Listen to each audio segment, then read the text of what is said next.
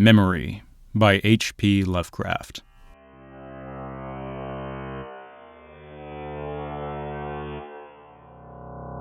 In the valley of Nice, the accursed waning moon shines thinly, tearing a path for its light with feeble horns through the lethal foliage of a great upas tree.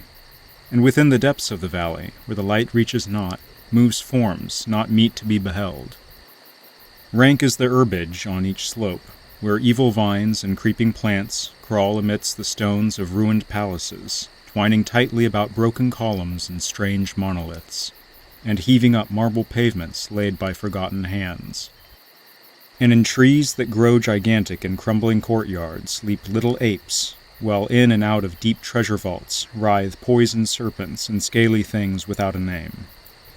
Vast are the stones which sleep beneath coverlets of dank moss, and mighty were the walls from which they fell.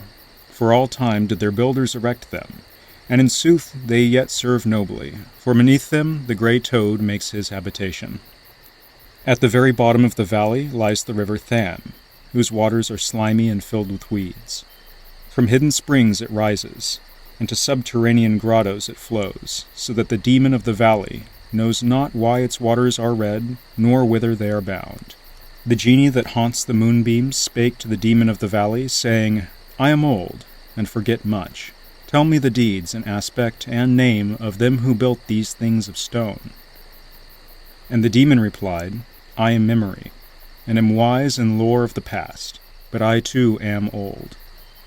These beings were like the waters of the river Than, not to be understood. Their deeds I recall not, for they were but of the moment. Their aspect I recall dimly, for it was like that of the little apes in the trees. Their name I recall clearly, for it rhymed with that of the river. These beings of yesterday were called man. So the genie flew back to the thin-horned moon, and the demon looked intently at a little ape in a tree that grew in a crumbling courtyard.